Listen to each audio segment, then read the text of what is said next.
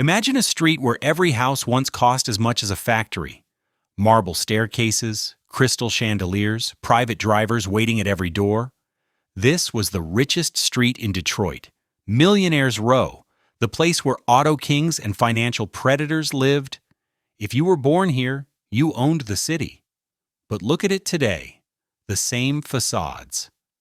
Now with broken windows, a place that once echoed with jazz and laughter has turned into a corridor of burned-out mansions, graffiti, and weeds. Politicians call it the natural decline of the city. But behind this darkness hides another story. Greed, racial segregation, red lines on bank maps, strange fires that started exactly when owners needed insurance money. This is not just a story about old houses. It is a story about the people who were pushed out of Detroit's most expensive street, and those who got rich from its death. And today, among the ruins, a few houses still stand, where sometimes at night a light turns on, as if someone is still guarding the secrets of Millionaire's Row. What really killed the richest street in Detroit? Time? Crisis? Or a carefully planned crime no one wants to talk about out loud? If you enjoy deep investigations into Gilded Age architecture and the families who built it, please like, subscribe, and tell me in the comments which house to explore next. Your support makes these detailed stories possible. Chapter 1: Night Tour Through a Broken Street.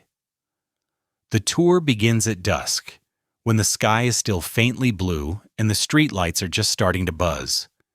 Jamal, an architect in his mid-30s, stands beneath a flickering streetlight on Woodward Avenue. Behind him, 6 people cluster together, phones raised, their flashlight beams cutting narrow cones through the growing dark. This is what is left of Detroit's most famous corridor of wealth, a stretch of road where an address once meant you had already won. They walk slowly. Jamal points to an empty lot on the left. Weeds push through cracked concrete. A rusted chain-link fence leans around nothing in particular. This was the Henderson Mansion, he says. 40 rooms, built in 1895, gone by 1978. The group murmurs. Someone snaps a photo of the emptiness, as if trying to capture a house that is no longer there. Across the street, a single building glows. Warm light spills from tall windows. Music drifts out. Jazz, maybe blues. The structure is massive stone and brick, its facade carefully restored and cleaned. A discreet sign reads the Millionaire's Table, a restaurant tucked inside what was once a timber baron's private palace. "That one survived," Jamal says. His voice carries a mix of pride and something heavier, a sound that might be relief or tiredness from telling this story so many times. They continue north. The street widens. More empty lots open up between scattered mid-century buildings. A gas station, a self-storage box, a shuttered medical clinic with faded letters over the door. The architecture tells no clear story. It looks as if someone took scissors to a photograph and cut out most of the image, leaving random fragments floating in white space. Jamal stops at another fence. This one wraps around something real, a mansion, or what remains of one. 3 stories of stone, windows sealed with plywood. The roof sags. Graffiti climbs the lower walls, yet the skeleton still stands. The grand entrance, the curved bay windows, the carved stone flourishes that once signaled wealth so large it needed no explanation. "This is the Holbrook House," Jamal says quietly.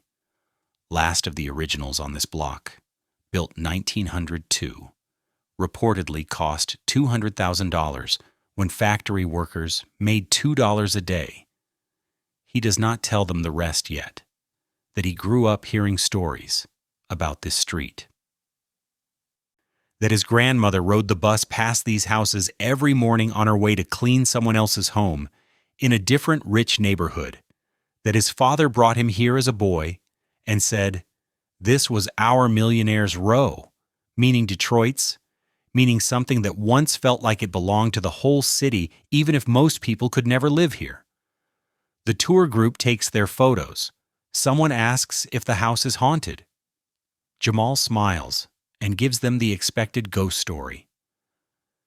The old lumber king who supposedly walks the empty halls at night searching for the fortune he lost. But his eyes keep drifting back across the street to that plywood-covered facade. The real ghost story is simpler. A street that forgot it was rich. A city that slowly trained itself not to look. The tour ends near his car. People thank him, tuck phones into pockets, and head toward their own vehicles. Jamal pulls out his phone. 3 unread emails wait on the screen. The top one is from a city address he does not recognize. Subject line: Notice of demolition proposal. 4510 Woodward Avenue. He does not open it. Not yet. He stands there in the cooling night air, staring at that last mansion, the one that somehow survived fires and foreclosures and decades of being left alone. His phone vibrates again. The same email nudges its way back to the top, still unopened. For the first time in his years of leading these tours, Jamal wonders if telling stories about loss is enough, or if just once he might have to try to stop the ending from being written. Chapter 2. When Woodward was the red carpet. To understand what Jamal sees in that abandoned mansion, you have to go back. Back to when Woodward Avenue was not a street of ghosts, but a street of arrivals. The year is 1890. Detroit is growing faster than almost any other city in America. Money pours in from timber, from iron, from the new automobile business that will soon reshape the planet. And the men who control that money need somewhere to show the world what they have become. They choose Woodward. The avenue is wide and tree-lined, close enough to downtown for convenience, but far enough away to feel removed from the smoke and noise. Land is still open. The city is pushing north. This is where you build if you want to announce, without a word, that you have arrived. The first mansions rise quickly, stone and brick. Almost never wood. Wood is for ordinary houses. These buildings are meant to last. They need weight. They are designed to say, my family will still be here when yours is forgotten. One of the largest takes shape in 1902. The foundation alone requires weeks of labor. Crews dig deep into Michigan clay, pour thick concrete, set massive stone blocks by hand and pulley. The walls climb 3 full stories. Indiana limestone covers the facade. Marble from Vermont forms the grand staircase. Carved oak panels line the library. Stained glass windows arrive in crates from a workshop in Chicago. The budget reportedly climbs past $200,000. To put that in context, a skilled factory worker in Detroit earns perhaps $600 in a year. This single house costs the rough equivalent of 300 years of that person's wages. The owner is a man named Holbrook. His first name lost in incomplete records. His trade listed simply as automotive parts manufacturing. He is not the richest man on the street, not even close, but he is rich enough to stand among them. The house holds 40 rooms. A ballroom spreads across the second floor. Servants' quarters fill the attic. A carriage house sits in back, soon to be adapted for automobiles instead of horses. Steam heat runs through the walls. Electric lights glow in every major room, a luxury when large parts of Detroit still rely on gas. None of this is unusual. Up and down Woodward, similar projects march forward. The Wilson Mansion, the Crawford Estate, the Merrick House. Each one a little bigger than the last. Each owner trying to outdo his neighbor in some careful way. An extra bay window, a more dramatic entrance, imported tile instead of local, a longer drive, a higher roof line. By 1915, the transformation is complete. Woodward Avenue, especially the stretch between Grand Boulevard and Milwaukee Street, has become what newspapers call the most fashionable address in Michigan. Horse-drawn carriages give way to Pierce Arrows and Packards. Garden parties spill onto clipped lawns. Winter galas throw light from every window into the snow.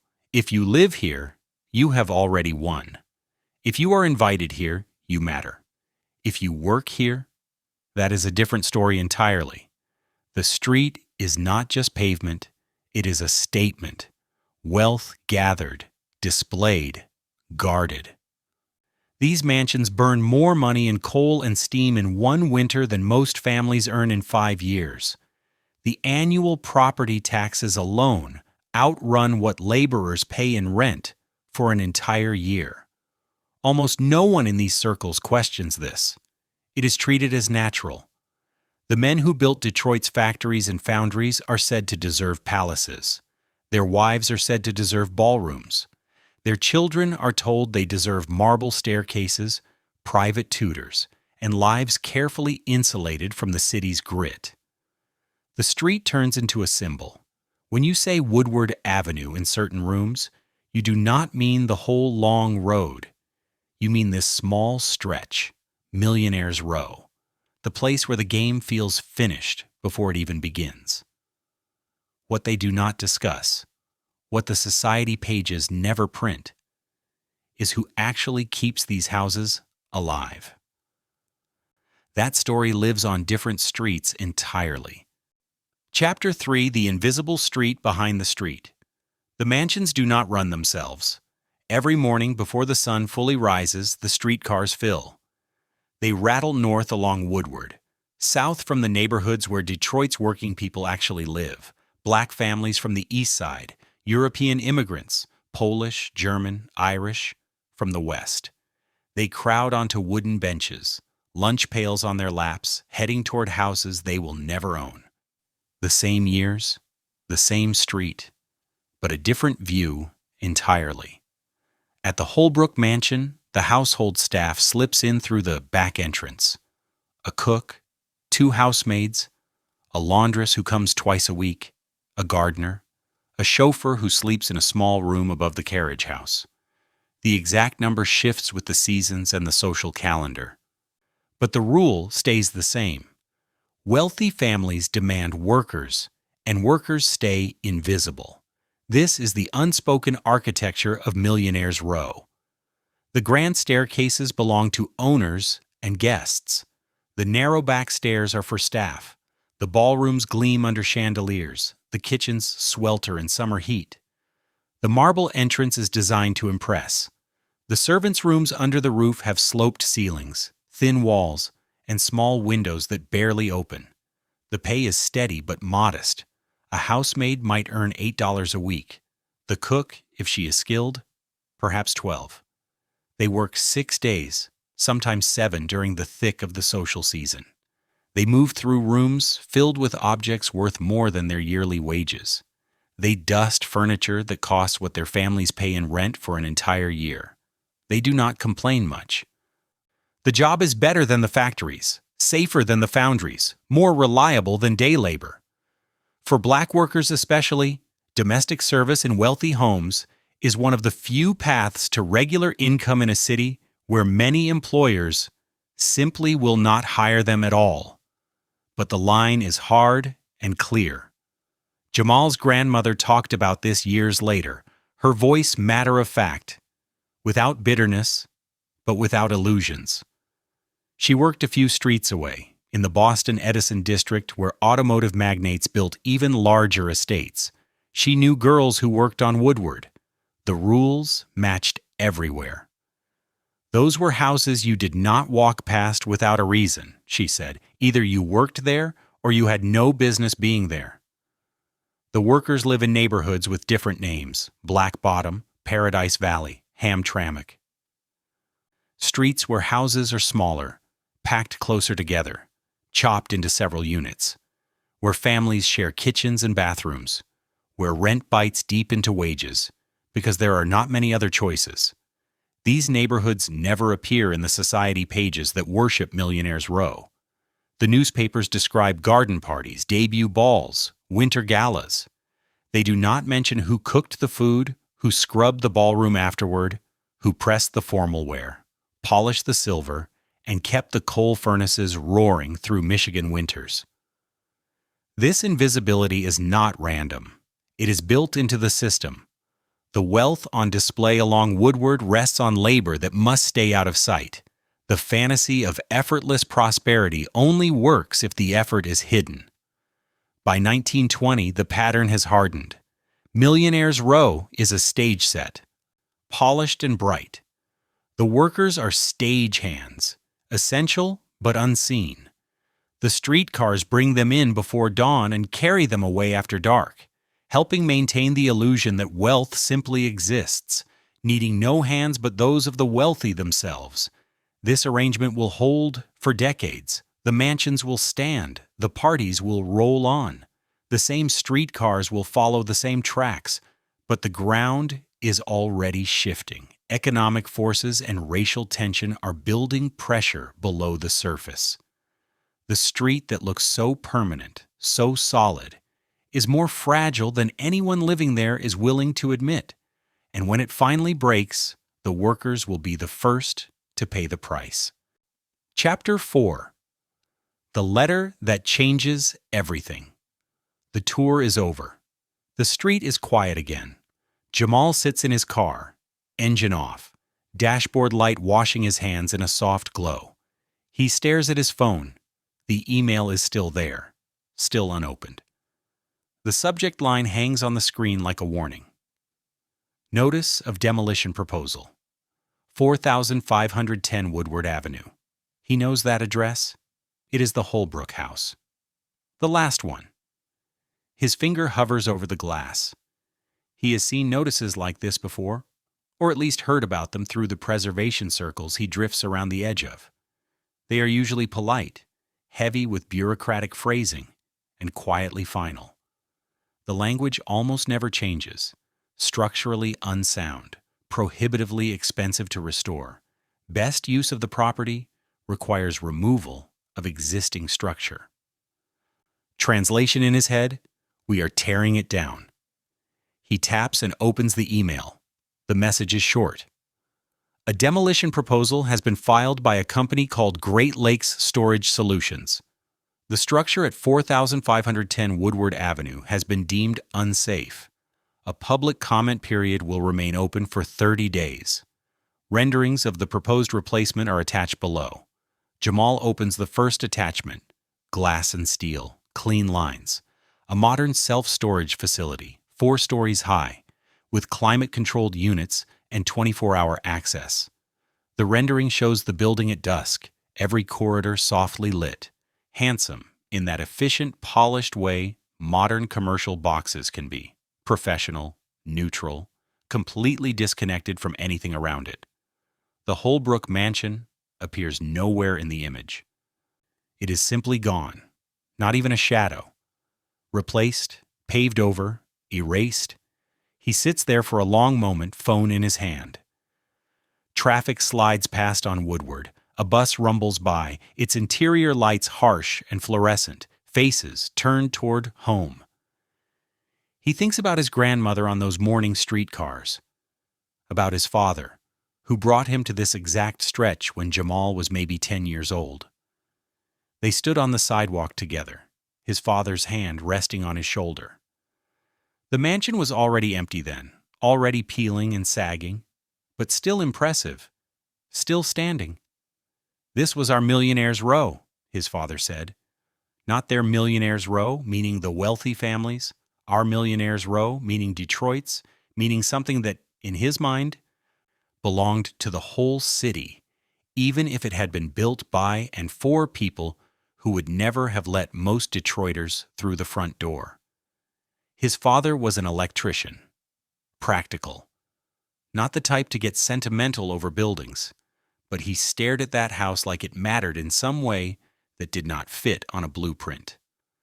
"Your great-grandfather helped wire some of these places," he added, "back when they were new."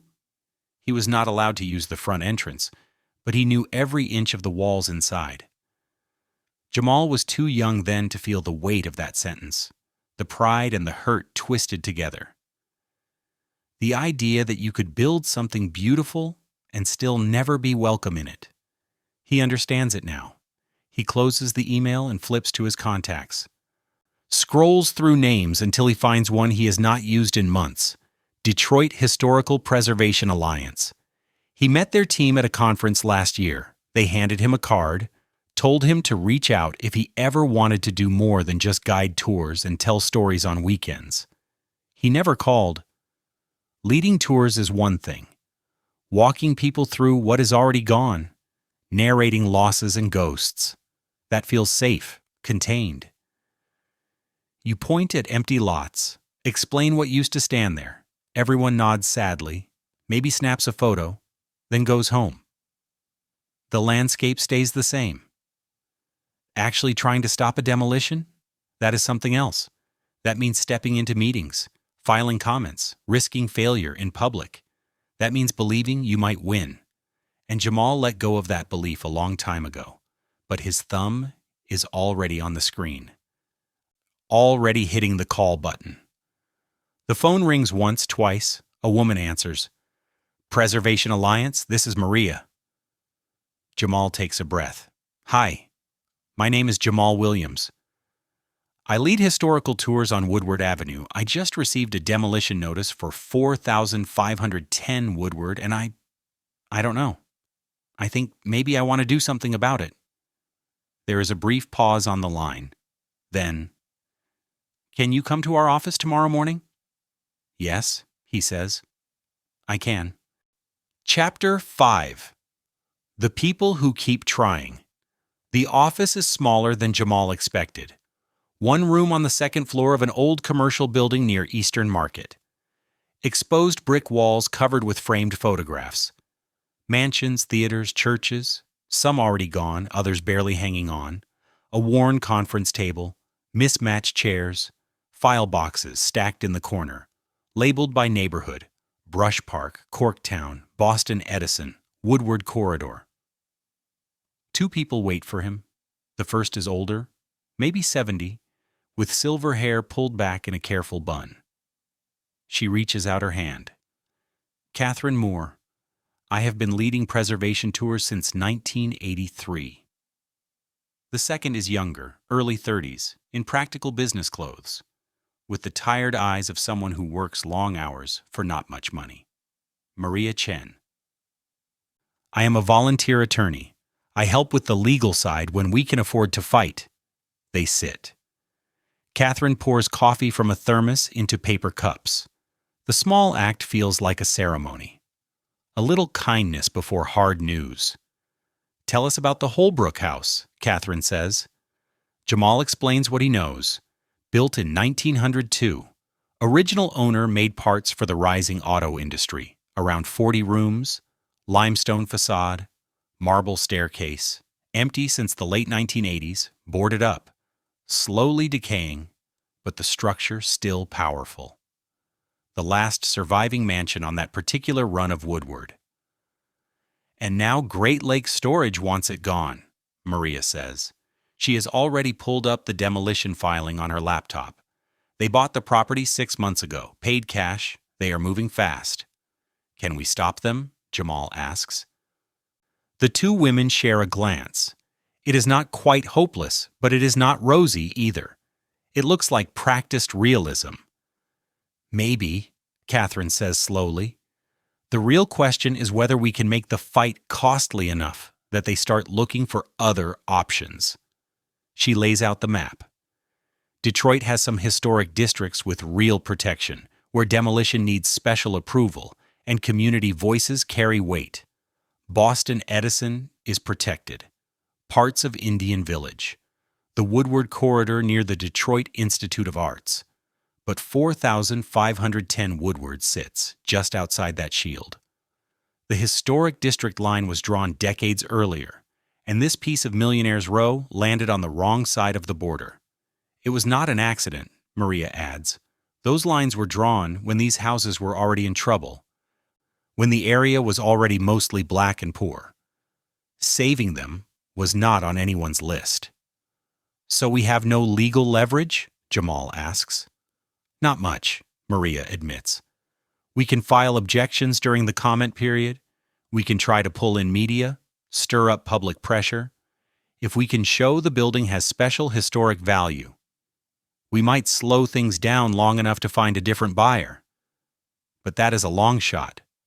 Catherine leans forward, elbows on the table. Here is what I have learned in 40 years of this work. You cannot save everything. Sometimes you lose, even when you do every single thing right. But sometimes, not often, but sometimes, you make enough noise that developers decide it is easier to work with you than against you. She nods toward a photograph on the wall. A tall Victorian mansion, perfectly restored, now a small hotel. We lost 12 houses on that block, she says. We saved one. That is the ratio. And you know what? That one matters. People get married there every weekend. Families bring their kids. It is still standing because a few stubborn people refuse to let it vanish quietly. Jamal studies the photograph, then the boxes of files, then the two women in front of him who keep showing up, keep swinging, knowing how often the answer is no. What do I need to do? He asks. Maria slides a sheet of paper across the table. Start with this. It is a formal objection to the demolition. Sign it. We will file it tomorrow. Jamal reads it quickly. The legal language is dense, but the heart of it is clear. This building matters. This history matters. This loss is not automatic. He writes his name at the bottom. It feels at the same time tiny and huge.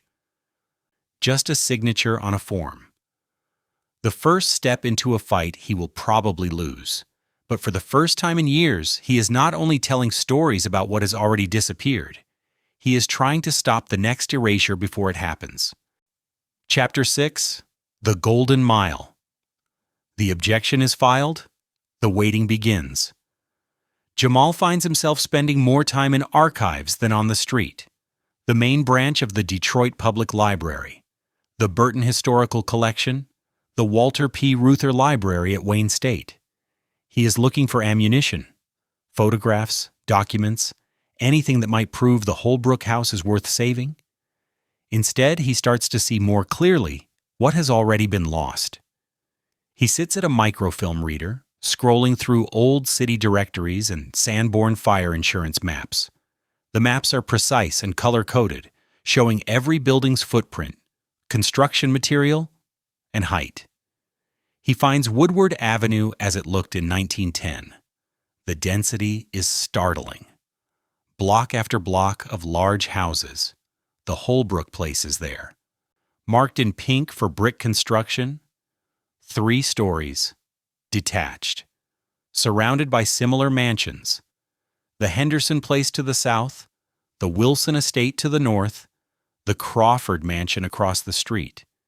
He pulls out his tablet, opens a modern satellite view, and holds it beside the glowing microfilm screen. More than half the mansions are gone. Simply gone. In their place, parking lots, gas stations, empty parcels, overgrown with sumac and ailanthus trees, a few mid-century commercial boxes that now look tired and out of time. The landscape has been erased and rewritten, but the new text feels broken, without rhythm. He photographs the comparison and drops it into a group chat with Catherine and Maria. Catherine replies almost at once. This is what we're fighting. Not just one house. The systematic erasure of an entire streetscape. Jamal keeps digging.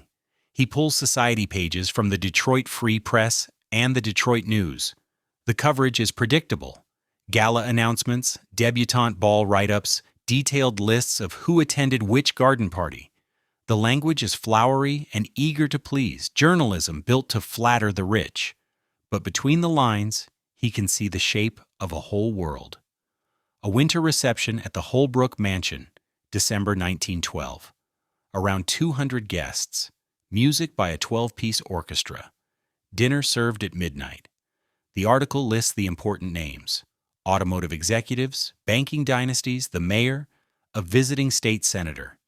These are not just wealthy residents. These are the people who run Detroit. This is what the street once stood for: concentrated power. Decisions made over brandy and private libraries. Access tightly controlled. If you lived here, you helped shape the city. If you did not, you lived inside the results of those choices. He finds architectural surveys from the 1970s, when a few preservationists tried to record what was left.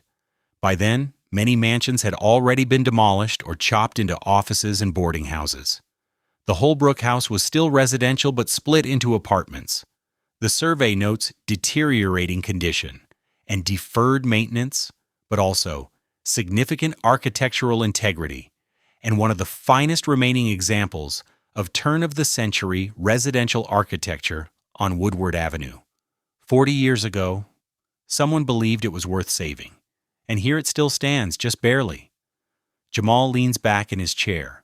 Around him, other researchers move quietly. Students hunched over laptops, genealogists reading census records, historians scribbling notes. The library is warm. Late afternoon light filters through tall windows and pools on the tables. He thinks about his tours, about standing in front of bare lots and saying, "This is where the Henderson Mansion stood," about how abstract that feels: a name, a date, a house that might as well be made up, because most people cannot picture it anymore. But these maps, these photographs, they make it concrete. They show the scale of what Detroit chose to let slip away. Not through some unstoppable natural process, but through decisions made by specific people who decided that parking lots were more valuable than palaces, that storage units mattered more than memory. His phone buzzes. A text from Maria. "Can you meet tomorrow? We need to talk strategy." Developer is pushing for expedited approval. Jamal types back, "I'll be there." He saves his images, gathers his notes, and walks out into the cooling evening. The fight is only beginning, and already he can feel how easy it would be to lose. But his mind keeps circling those maps, the thick pattern of rooftops that once lined this road, a street that used to be whole. Maybe that picture is worth fighting for. Even if he loses, even if the only thing he manages is to make the loss impossible to ignore. Chapter 7. One Invented Family, Real Patterns. To understand what happened to the street, you have to understand who lived there. The historical record is patchy. The Holbrook name shows up in city directories and property files, but the family itself left almost nothing personal behind. No diaries, no stack of letters, just fragments. A marriage notice here, a business filing there, a brief line in a society column. So Jamal does what historians sometimes must do. He builds a composite. He takes what is documented about similar families on similar streets and folds it together into one representative life. The Holbrooks become a useful fiction built out of real patterns. The patriarch, call him Robert Holbrook, arrives in Detroit in the 1880s. He is an engineer trained in Massachusetts, pulled west by the promise of work. He starts as a designer at one of the early automotive parts companies. The industry is young, messy, wide open. He is good at his job. He patents a modest improvement to transmission systems. It does not change the world, but it works. His factory adopts it. Then others follow. He negotiates royalty deals. Checks begin to arrive. By 1900, he owns a share of the company. By 1902, he is wealthy enough to commission a mansion on Woodward Avenue. The house is not the biggest on the street, but it is large. Around 40 rooms, modern systems, enough space for a growing family. He and his wife have 3 children already, with a 4th on the way. This is the rhythm Jamal sees repeated in the archives. First generation earns the money, second generation receives it. The mansion becomes the physical proof of arrival, of having crossed the line into Detroit's ruling class. He imagines the daily life inside those walls. Not just the formal evenings captured in newspapers, but the private habits. Children sliding down the marble banister when no one is watching. The cook working in the hot basement kitchen. The chauffeur polishing the Packard in the carriage house. Winter mornings when condensation fogs the tall panes. Summer evenings when the family drinks coffee on the terrace and watches the street. These details are not written down anywhere, but they are reasonable guesses. Wealthy families lived in certain ways. The layout of the house shaped their routines. The servants' labor made their comfort possible. Robert Holbrook likely assumes his house will stand for generations. That his children and their children will move through those same rooms. That the street will stay what it is, a fixed monument to success, but economics do not honor anyone's plans.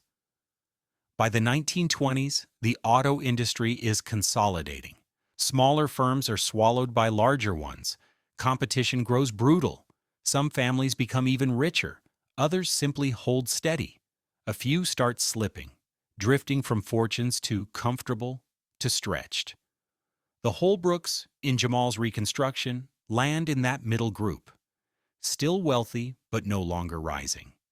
Their money sits in a business that is slowly being left behind as the industry matures. The children grow older. The eldest son eases into the company but lacks his father's knack for engineering. The daughters marry and leave, one to New York, one to Chicago. The big house begins to feel oversized for the people still living in it. This, too, is a familiar pattern. The second generation often lacks the hunger that created the fortune. They inherit assets, but not the circumstances that demanded invention. They maintain, but they do not build. By the 1930s, Robert Holbrook is aging. The Depression hits, his company survives, but profits shrink. The mansion becomes a financial weight. Property taxes are high. Heating a 3-story stone house through Michigan winters costs real money. Wages for staff still have to be paid. Other Woodward families feel the same pressure. Some sell and move to newer, fashionable suburbs. Others turn the houses into something else. Doctors' offices, rooming houses, private clubs. The street begins its slow change. Not collapse yet, but the first cracks in the idea that this world is permanent. Jamal looks over his notes, this imagined family stitched from documented trends. The Holbrooks are made up, but their arc is not. It mirrors dozens of real families who built those mansions expecting them to last forever, only to watch the conditions that made them possible vanish. For the moment, the houses remain. The facades still stand, but the world that created them is already slipping away. And what comes next for the street will be much harsher than anyone in those parlors ever imagined. Chapter 8. Lines on a Map. The crack widens. The transformation speeds up. To understand what happens next, you have to understand redlining. Jamal finds the maps in a National Archives digital collection. They were drawn in the 1930s by the Homeowners Loan Corporation, a federal agency told to measure mortgage risk in American cities. Each neighborhood is color-coded: green for best, blue for still desirable, yellow for definitely declining, red for hazardous. Detroit's map looks like a patchwork quilt sewn by someone with very firm ideas about who deserves investment. The wealthy suburbs north of the city glow green: Grosse Pointe, Birmingham, Bloomfield Hills. These are the places where banks gladly write mortgages, where property values are expected to climb, where the future is labeled secure. Most of Detroit is yellow or red. Neighborhoods with significant black populations are almost always marked hazardous, no matter what the houses actually look like. The written assessments are blunt: infiltration of Negroes, or threat of Negro encroachment. This is not hidden. This is policy. Woodward Avenue runs like a spine through the map. The stretch where the Holbrook mansion stands is shaded yellow. Declining, but not yet hazardous. The notes mention large, older homes, conversion to apartments, changing character of area. The effect is immediate and structural. Banks will not issue normal mortgages in red districts. They are wary in yellow zones. If you want to buy in these areas, you need cash, or you accept predatory contracts, high interest, short payback windows, balloon payments that make default feel almost guaranteed. Meanwhile, the suburbs explode with growth. The Federal Housing Administration guarantees loans for new houses in white areas. Developers carve entire subdivisions out of farmland with written promises that homes will never be sold to black families. The deeds literally carry racial covenants. The wealthy families along Woodward begin to leave, not in a sudden stampede, but in a steady drift. They sell their mansions and move to places like Grosse Pointe, where the houses are newer, the lots wider, and the neighbors are guaranteed to look like them. The Holbrook family, in Jamal's reconstruction, holds on longer than most. Robert dies in 1938. His widow stays in the house with their youngest son. The building is now far too large for the two of them. Half the rooms stay closed. The staff shrinks to a single housekeeper who comes 3 times a week. By 1945, the son inherits. He works as a middle manager at an automotive supplier, comfortable, but no longer truly wealthy. The house has become a weight. The taxes keep rising. The roof needs repairs. The old heating system requires constant work. He makes a practical choice. He chops the mansion into apartments. The ballroom on the second floor becomes 2 units. The former servants' rooms under the eaves become another 2. The grand rooms on the first floor are subdivided again. 5 apartments total, maybe 6. The marble staircase remains. The carved oak panels stay on the walls, but the meaning of the place shifts. This is no longer a single-family palace. It is now a rooming house for people who cannot afford or cannot access other housing.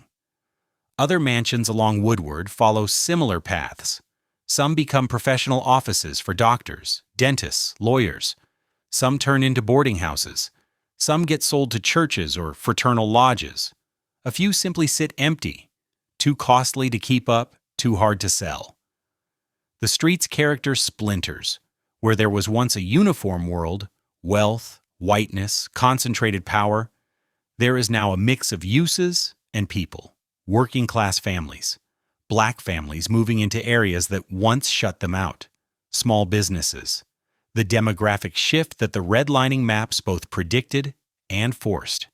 This is the mechanism at work, not some vague natural decline, not random urban decay, specific policies that channel investment away from some neighborhoods and toward others. The maps literally draw the lines that decide which streets are supported and which are left to fall apart. Woodward Avenue, Millionaire's Row, lands on the wrong side of those lines. The mansions still stand for now, but the money that might have cared for them goes elsewhere, to subdivisions in former cornfields, to developments where the houses are smaller but fresh, to places where banks will actually lend.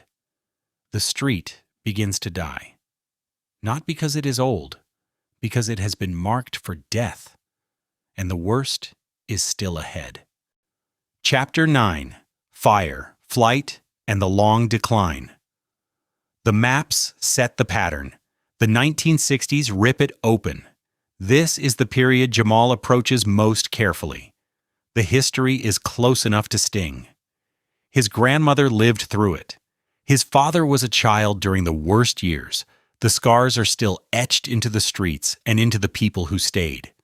The breaking point comes in July 1967. Jamal does not linger on the violence itself. That story has been told elsewhere, often badly, usually with more interest in burning buildings than in causes. What matters for this street is what came after. How already existing trends suddenly went into fast forward. White flight turns into white evacuation. Families who were thinking about leaving leave at once. Those who plan to stay rethink everything. The suburbs promise safety, they tell themselves. better schools, newer roads and sewers. They rarely say race out loud, but race sits inside every conversation, every choice. The businesses follow the families. Factories close or shift to industrial parks along the freeways. Retail moves to new shopping centers just beyond the city line. The tax base erodes. City services weaken. The cuts make life worse, and the worsening conditions become the reason more people leave. This is not only a Detroit story. Versions of it unfold across American cities. But Detroit feels it harder because the local economy leans so heavily on a single industry, and that industry is spreading outward, chasing lower costs, automating plants, and throwing workers overboard. The Holbrook mansion, still chopped into apartments, starts to lose tenants. By 1970, only 2 units remain occupied. The owner, the son of the original Holbrook, can no longer keep up with the building. The roof starts to leak. The old heating system fails. He patches and repairs where he can, but the house is always one step ahead of him. In 1973, he sells. The buyer is a real estate speculator collecting distressed properties along Woodward. The strategy, at least on paper, is simple. Hold until the market rebounds. Maybe convert the buildings to offices. Maybe clear them and redevelop the land. The rebound never comes. The mansion is sliced even further. Big rooms turn into single rentals. The marble staircase, once polished every week, goes years without proper cleaning. The carved oak panels get slathered in cheap latex paint.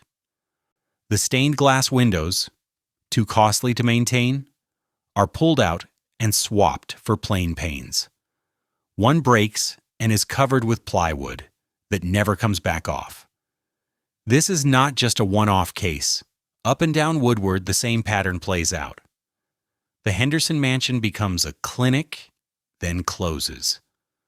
The Wilson estate turns into a nursing home until money troubles force it to shut. The Crawford house sits empty for years, then burns in a suspicious fire. The owner had been trying to sell for ages, and suddenly there is insurance money instead of an unsellable shell. By 1980, the stretch of Woodward that was once Millionaire's Row is almost unrecognizable. Roughly half the mansions are gone, replaced by surface parking or left as scrubby vacant land. The survivors stand in various stages of decay. Only one, the old timber baron's palace, has actually been rescued, restored, and turned into the restaurant that still glows at night. The Holbrook house survives, but just. It has passed through several hands, each buyer coming in cheap and hoping for a turnaround that never arrives. The basic structure holds. Those 1902 foundations were built to last, but everything above them is fraying. By 1987, the building is empty. The last tenants move out. The owner boards the windows for security. Then it just sits. Years roll past. Graffiti creeps across the lower walls. Kids squeeze in through a broken basement window. Someone lights a small fire on the second floor. It dies out before it spreads, but it leaves black scars on the ceiling. The city talks about demolition more than once. But the mansion is never quite damaged enough to qualify as an emergency, and there is no spare money for anything that is not urgent. So it stands, a monument to neglect, a palazzo, slowly turning into a ruin. This is what Jamal points to on his tours. Not just one deserted house, but the end point of decades of policy, economic shifts, and deliberate choices about whose neighborhoods are worth saving and whose are not. The street that was built to look eternal lasted barely 80 years before it truly began to die. And now, with one email and one proposal, someone is trying to finish the job. Chapter 10. Brief Hope. The research turns into a weapon. Jamal gathers everything into a single clear presentation. Historic photographs of Woodward Avenue at its peak. The architectural survey from the 1970s that calls the Holbrook house one of the finest remaining mansions on the corridor. Redlining maps layered over modern satellite images to show how policy pushed the street into decline. Before and after shots of the entire block. He uploads it all to a simple website. At the top, he adds a petition. Then he writes the description himself, trying to keep Catherine's calm, measured style, but still speak plainly to anyone who cares about the city. This was the richest street in Detroit. Now only one mansion survives on this block. Should we let it die? Or give it one more chance? He shares the link on social media, posts it in local history groups, emails it to preservation organizations across Michigan. The response catches him off guard. Within 48 hours, the petition passes 3,000 signatures. A local TV station runs a 2-minute story in the evening news. Drone footage of the boarded-up mansion cross-cut with archival images of its brightest days. A Detroit Free Press columnist writes a piece about the quiet erasure of our architectural inheritance. Then History TikTok notices. Someone makes a short video using his images, with a sliding then and now effect set to soft, melancholy music. It passes 500,000 views, then 1 million. What hits Jamal hardest are the comments. They come not just from Detroit, but from Cleveland, Buffalo, St. Louis, Pittsburgh. People in other Rust Belt cities who recognize their own streets in this story. Architecture students weighing in. People whose grandparents worked in these houses. Even descendants of families who once lived along Woodward. My great-grandmother cleaned houses on this street, one comment reads. She always said they were the most beautiful buildings she'd ever seen. It broke her heart when they started coming down. The petition climbs to 10,000 signatures. Then 15,000. The numbers feel unreal. Maria calls. We are getting attention, she says. That is good. But attention by itself is not enough. We need a concrete plan. 2 days later, a plan appears from an unexpected direction. A small local developer named Marcus Chen contacts them through the Preservation Alliance. For the past decade, he has been buying struggling historic buildings in Detroit and turning them into mixed-use spaces. Modest apartments, artist studios, small retail on the ground floor. His projects are not flashy, but they work. He is not chasing a giant payday. He is trying to make run-down blocks livable again. They meet at a coffee shop near the Detroit Institute of Arts. Marcus is younger than Jamal expects, maybe around 40, dressed casually, carrying a worn leather portfolio under his arm. I have been watching that building for years, Marcus says. I looked at buying it twice, but the numbers never made sense. Too much deferred maintenance, too much risk. And now? Jamal asks. Now people care, Marcus replies. Public interest changes the equation. He opens his portfolio and spreads rough sketches across the table. Adaptive reuse, he explains. We keep the exterior and whatever major interior features can be saved. The staircase, the oak paneling, any original details that are still intact. The upper floors become apartments. The ground floor becomes shared space. Co-working, small events, maybe a coffee shop. The building pays its own way through rent and still stays open to the public. The drawings are simple, but Jamal can see it. The mansion is still clearly the Holbrook house, but alive again.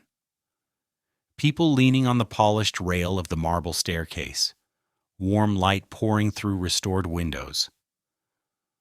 What does the timeline look like? Maria asks. She has joined them, legal pad open, already writing. If we can halt the demolition and negotiate a purchase, Marcus says, we are looking at maybe 18 months to 2 years. It depends on financing and on what we find when we finally get inside the structure. Jamal studies the sketches. This is more than he allowed himself to hope for.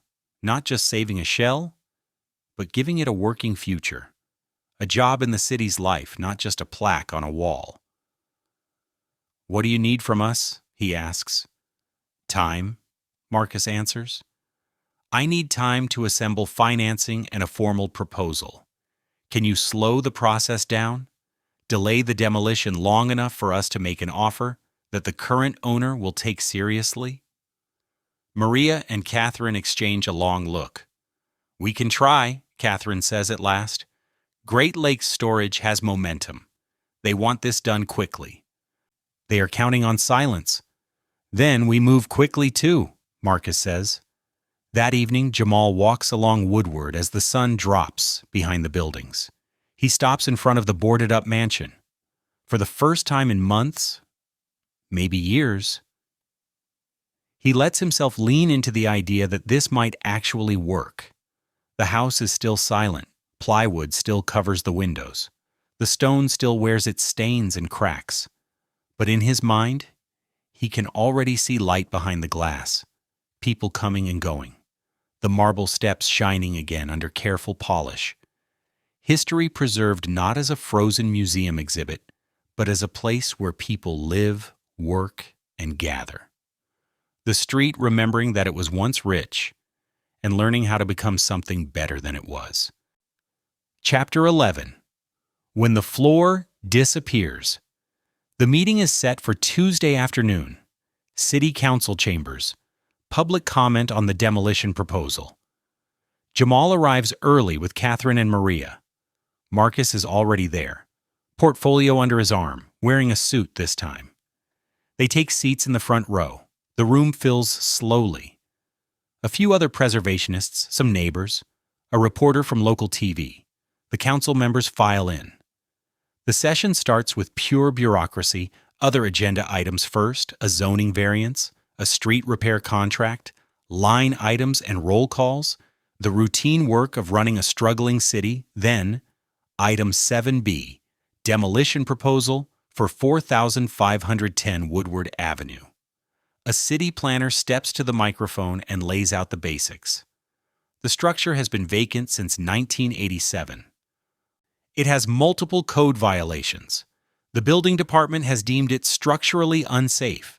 Great Lakes Storage Solutions has submitted a plan to demolish the mansion and construct a climate-controlled storage facility in its place.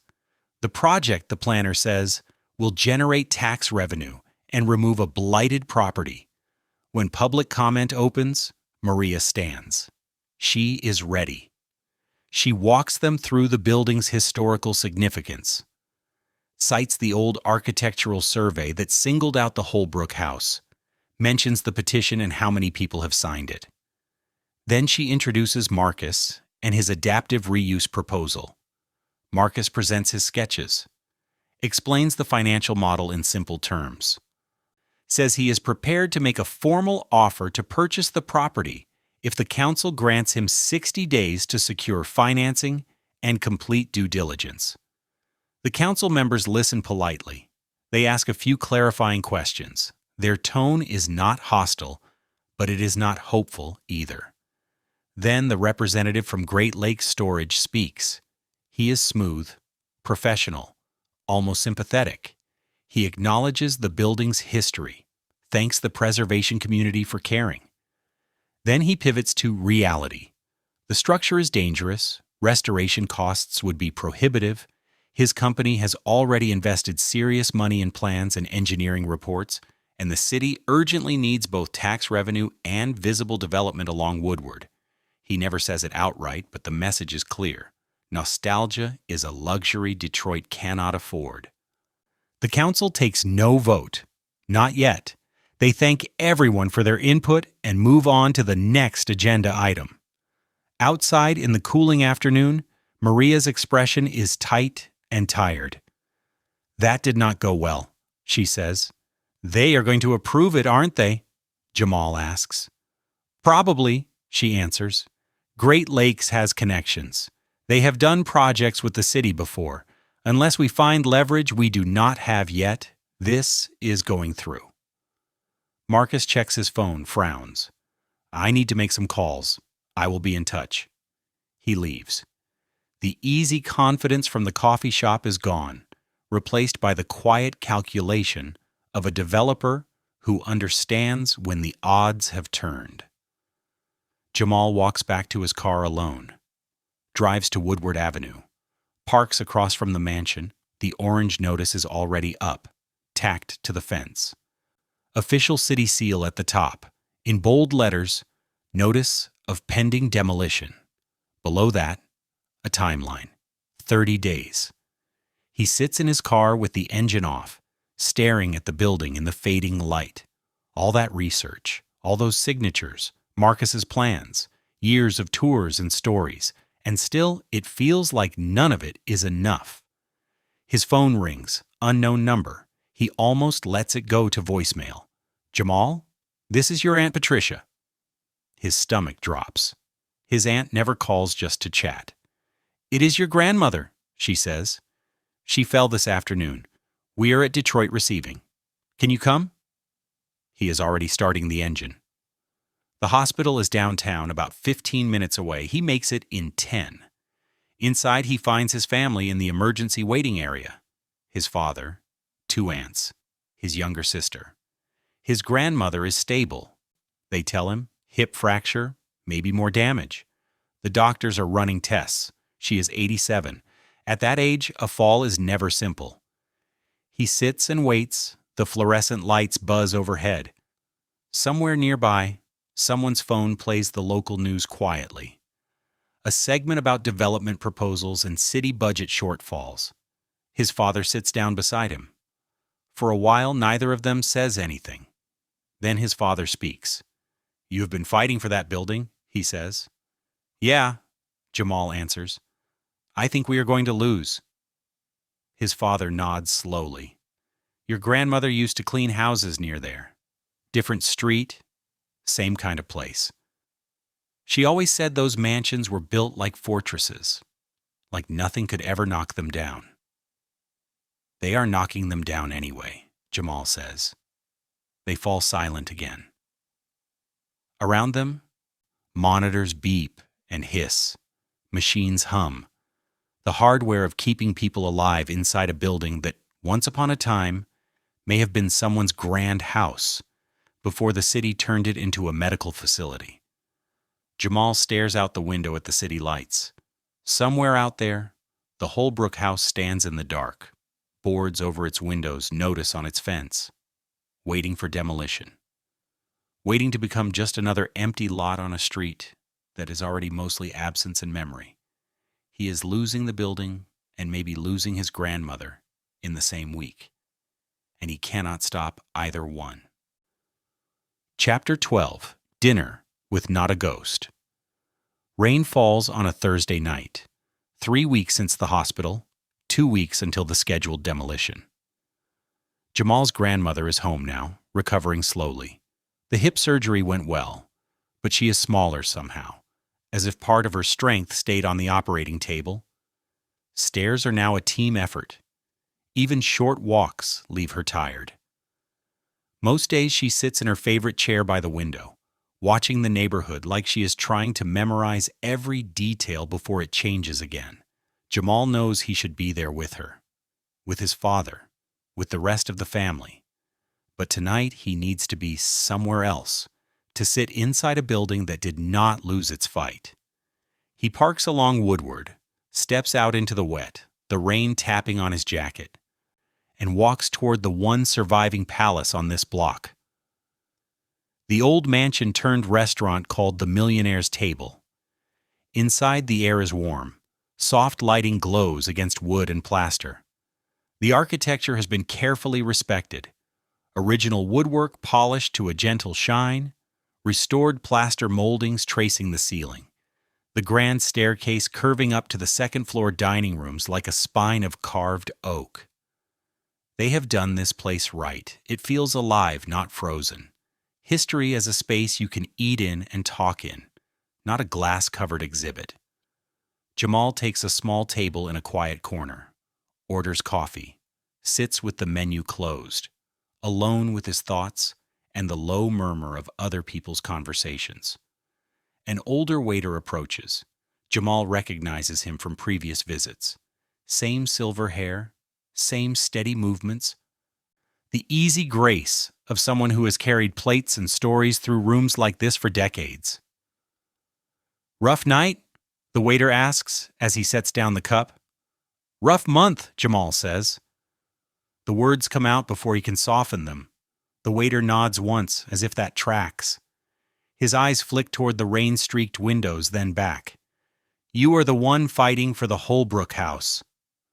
Jamal looks up, startled. How did you know? Saw you on the news, the waiter says.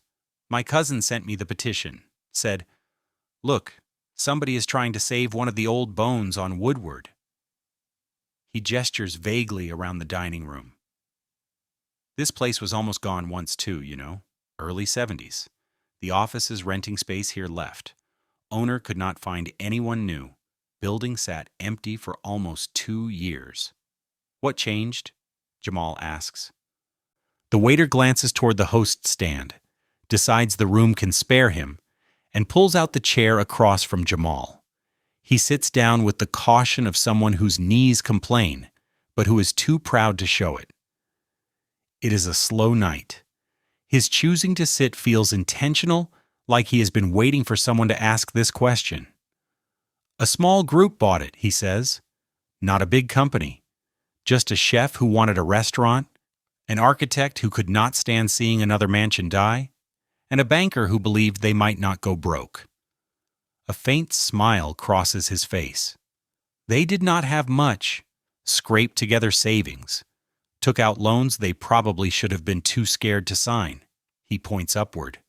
The plasterwork was falling in sheets. They brought in specialists and old-school plaster workers. Took months just to stabilize it. The staircase had rot and water damage. They pulled it apart and rebuilt it piece by piece, using pictures and old plans where they could. Would have been cheaper to rip everything out, drywall the whole place, and call it modern. But they did not. Did they make money in the end? Jamal asks. The waiter's smile turns wry. Not for a long time. It took close to a decade before this place stopped bleeding.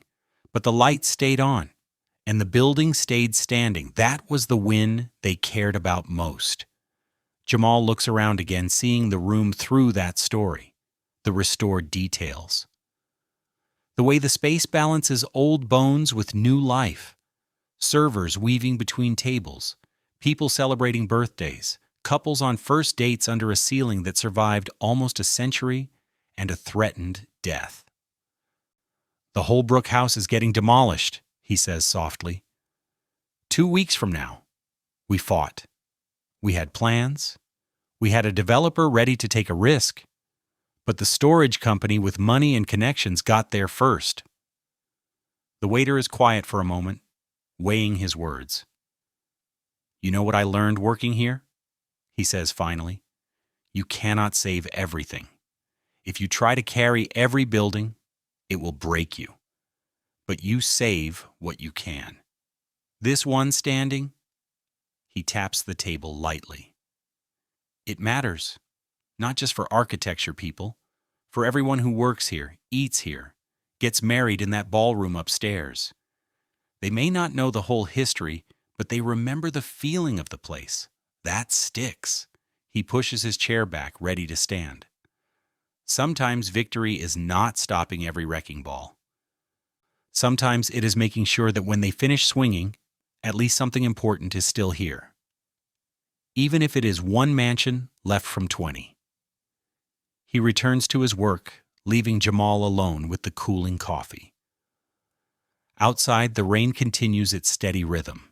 Jamal watches drops race down the glass. He thinks of his grandmother in her chair by the window, watching her block with the same concentration. He thinks of his father's stories, about the houses his grandfather wired, knowing every hidden run of cable and walls. He never entered through the front door. He thinks of all the nights he has stood on Woodward, pointing at emptiness and saying, "This is where something used to be."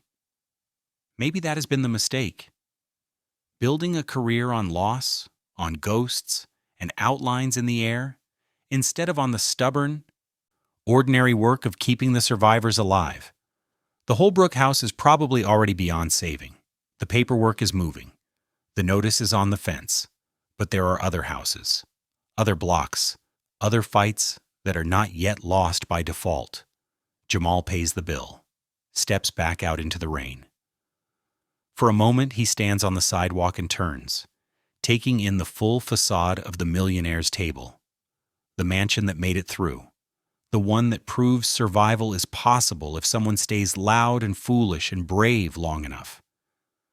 Across the street, the Holbrook house sits dark behind its chain-link fence, boarded windows, wet stone, still standing, for now.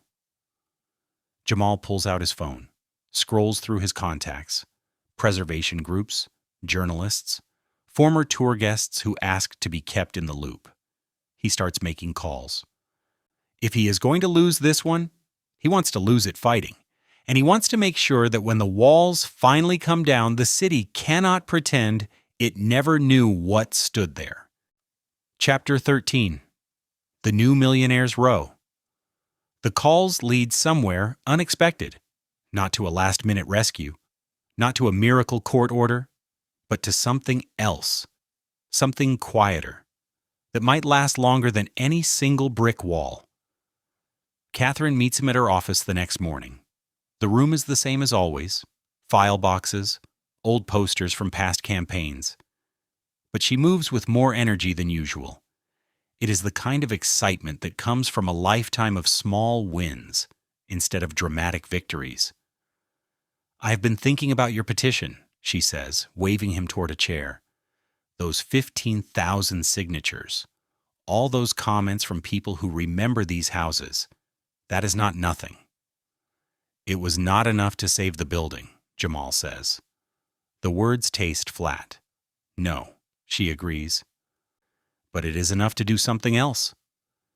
She opens her laptop and turns it toward him. On the screen is a rough mock-up, a digital map of Woodward Avenue, interactive, color-coded, by time period. Every glowing dot marks a mansion that once stood along Millionaire's Row. "We build a living archive," Catherine explains.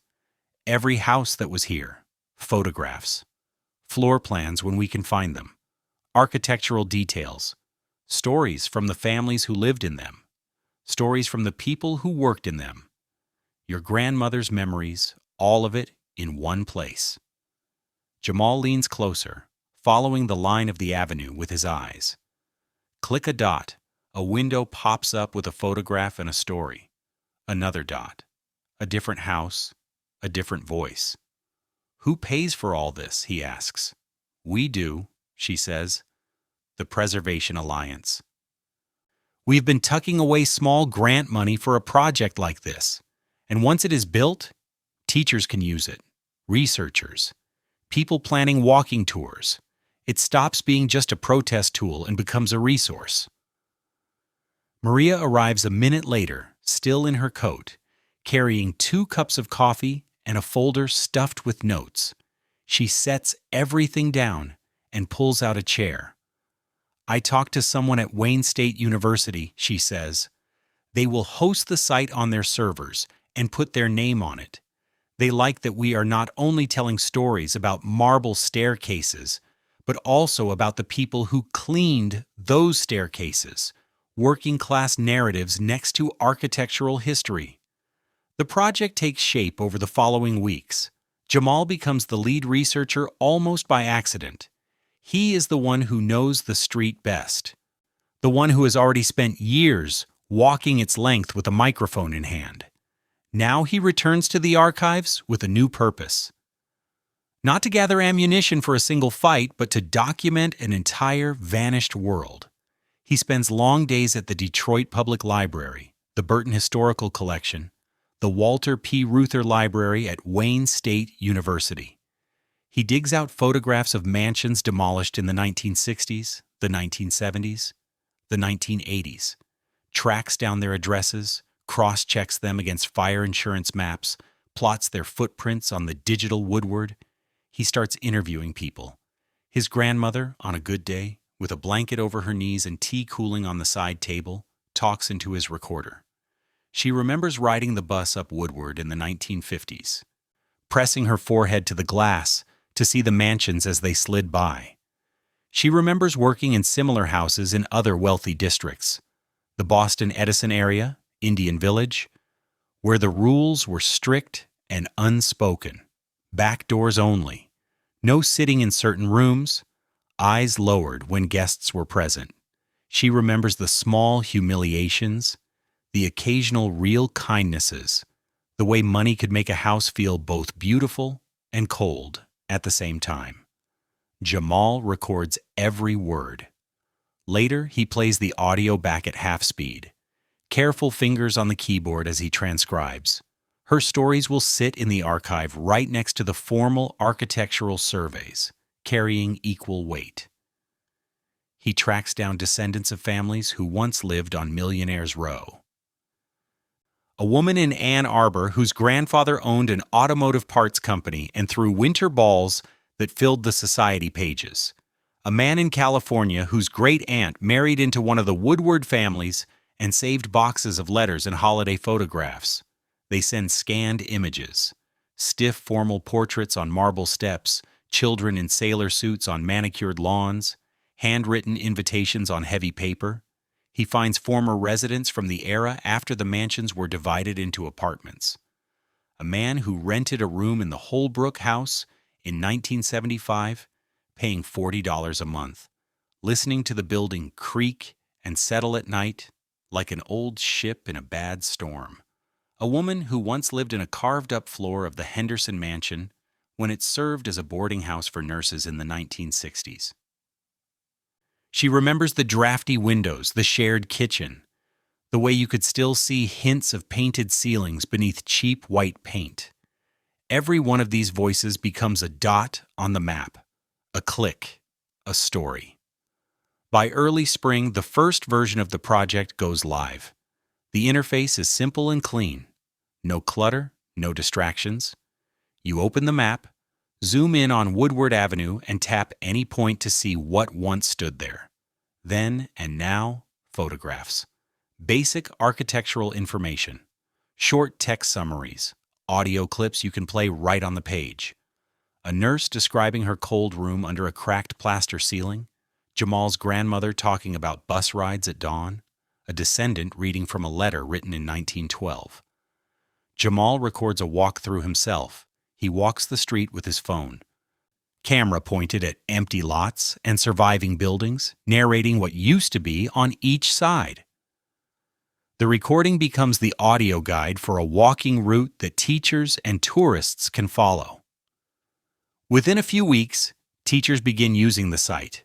A high school history class in Detroit uses the archive to map how redlining and freeway construction cut through their own family's neighborhoods, using Millionaire's Row as the starting example.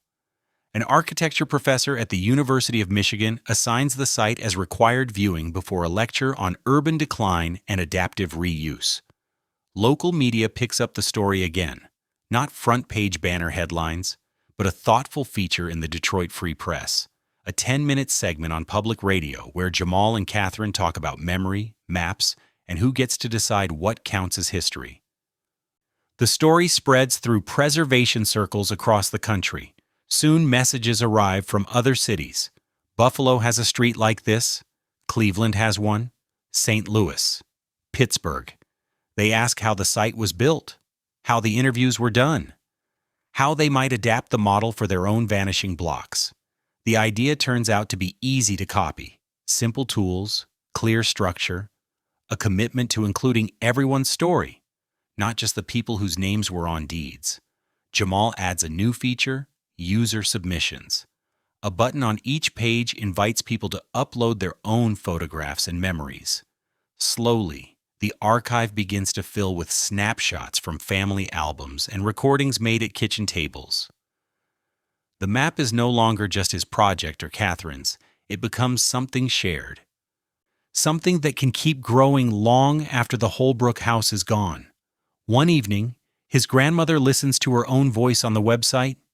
The interview plays from Jamal's laptop, her describing polished banisters, strict house rules, the feeling of walking past Woodward mansions knowing she would never be invited through the front entrance. "That is good," she says quietly when the clip ends. People should know this. Not just the pretty parts, the whole story. Jamal closes the laptop and sits beside her. Outside, spring light fades over their block. Cars pass. Somewhere in the distance, a siren wails, and then fades too. The demolition of the Holbrook house is scheduled for the following week. He has not forgotten. The thought still lands heavy in his chest, but the weight is different now. The loss is still real, still wrong. Yet it is no longer a clean erasure. The building may fall, but its outline will remain on the map. Its stories will be there in voices and photographs and lines of text. The old Millionaire's row of stone and brick is almost gone. A new one, made of memory, data, and stubborn care, is starting to take its place. Chapter 14. The Building Compromise. The demolition date arrives, then passes, then arrives again, rescheduled. Great Lakes Storage has the permits. The equipment is booked. On paper, everything is ready to go. But something in the air has shifted. The petition, the news stories, the drone footage on television, the new digital archive built by people who refuse to look away. Jamal gets a call from Marcus. They want to meet, Marcus says. Who? Great Lakes. The city is pushing back. Your petition and the media coverage made this messy. They are asking if there is middle ground. The meeting takes place in a downtown conference room. Neutral territory, bright lights, generic art on the walls, a pitcher of water in the center of the table. The Great Lakes representative is the same smooth professional from the council hearing. But his tone has changed, less confident, more cautious. We have invested a great deal in this project, he says. We cannot simply abandon it, but we are open to creative solutions. Marcus has come ready to fight. He lays out new sketches, sliding them across the polished table. You keep your storage facility, he says, but you preserve the front facade of the mansion, the entrance hall, the marble staircase. You wrap the new construction around what survives. Those spaces become your lobby and a small museum-style public area. The storage units go behind and above. The Great Lakes representative studies the drawings, tracing lines with his finger. This increases our construction costs significantly, he says at last. By maybe 15%, Marcus answers. In return, you qualify for historic preservation tax credits.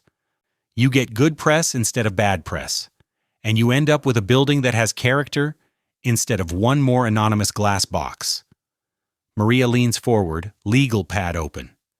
And you avoid a lawsuit, she adds, because we will file one. We know it is weak. We know we will probably lose. But we can drag this through the courts and delay your project for months, maybe a year. It is partly bluff, partly truth. The law is not on their side, but time is. Delay costs money. Investors do not like uncertainty. The negotiation does not end that day. It stretches over weeks, emails, revised drawings, quiet pressure from city officials who do not want another public fight. Piece by piece, the compromise takes shape. Great Lakes agrees to preserve the entire street-facing facade and the entrance hall. Marcus pushes and wins the main staircase as well, plus one original interior room, the former library with its carved oak panels.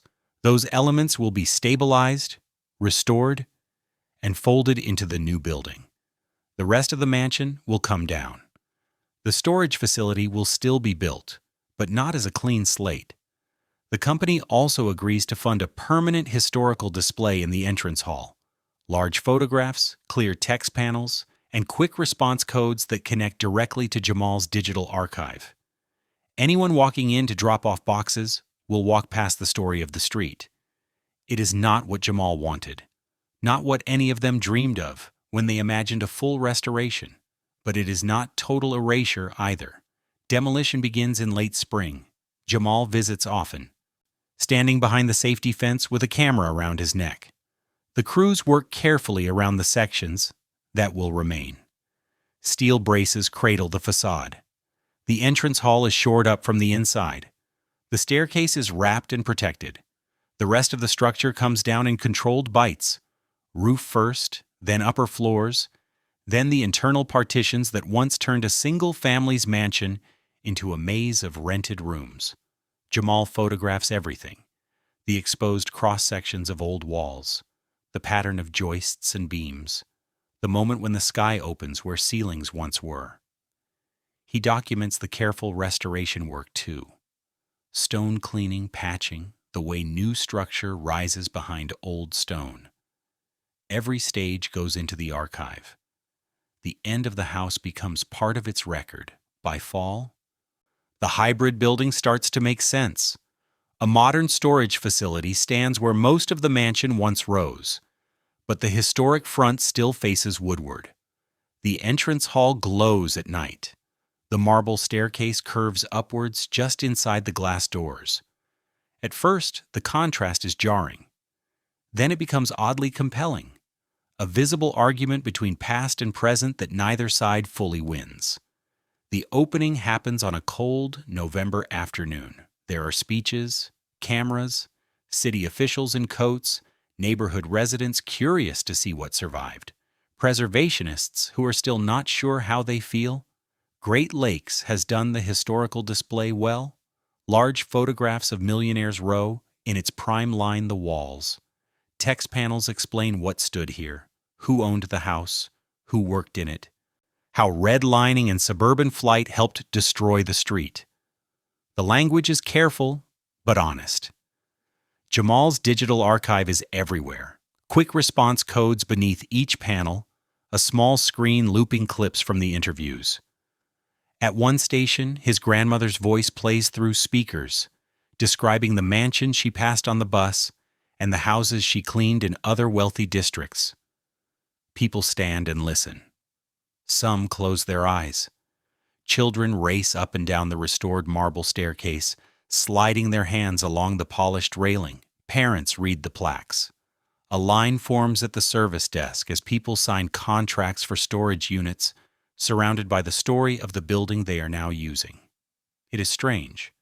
A storage facility wrapped around fragments of a Gilded Age mansion, commerce woven through memory. Practical use alongside grief, but it is not an empty lot. Jamal stands in the entrance hall with his grandmother at his side.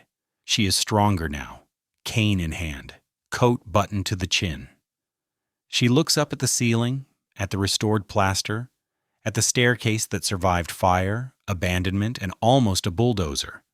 It is not the same, she says. No, Jamal agrees.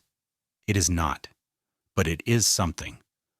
She reaches out, resting her palm on the cool marble. My mother used to clean houses with staircases like this.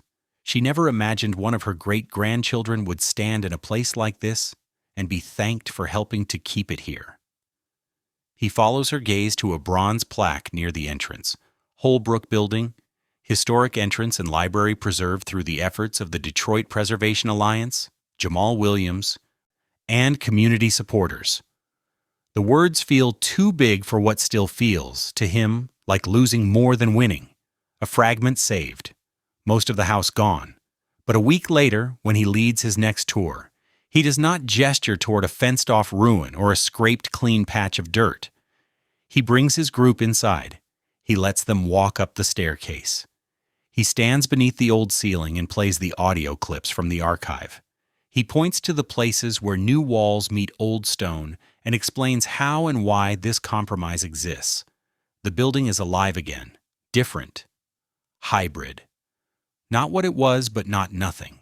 On a street defined now by gaps and absences, that is no small thing. Chapter 15. What actually remains. Spring returns. Trees bud along Woodward Avenue. Jamal leads an evening tour. 15 people this time. Larger than usual. Word has spread about the archive, the preserved entrance hall, the small victory on a street that almost disappeared. They start at the hybrid building. The group climbs the marble staircase, fingers grazing the rail that has outlived 3 different centuries. They pause at the historical panels. Someone asks if the building is haunted. Jamal smiles, softer than he used to. Only by memory, he says, which might be more powerful. They step back out onto Woodward and walk north. Passing the empty lots, Jamal no longer just gestures at open space. He pulls out his tablet, taps the digital map. Before and after photographs fill the screen. He names the families who lived there, tells the stories of the workers who cleaned the rooms, wired the walls, trimmed the hedges, owners and staff side by side, not one without the other. They reach the Millionaire's table. The restaurant glows against the dusk, warm light in tall windows, shadows moving in the old ballroom upstairs. This one survived whole, Jamal says. Saved and reused in the 1970s.